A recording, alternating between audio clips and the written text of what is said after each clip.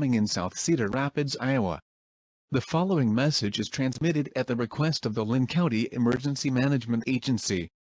At 12:40 a.m. Central Daylight Time, a bomb was planted at the south side of Cedar Rapids, Iowa, associated with Erika, a dangerous killer currently at Cedar Rapids, Iowa.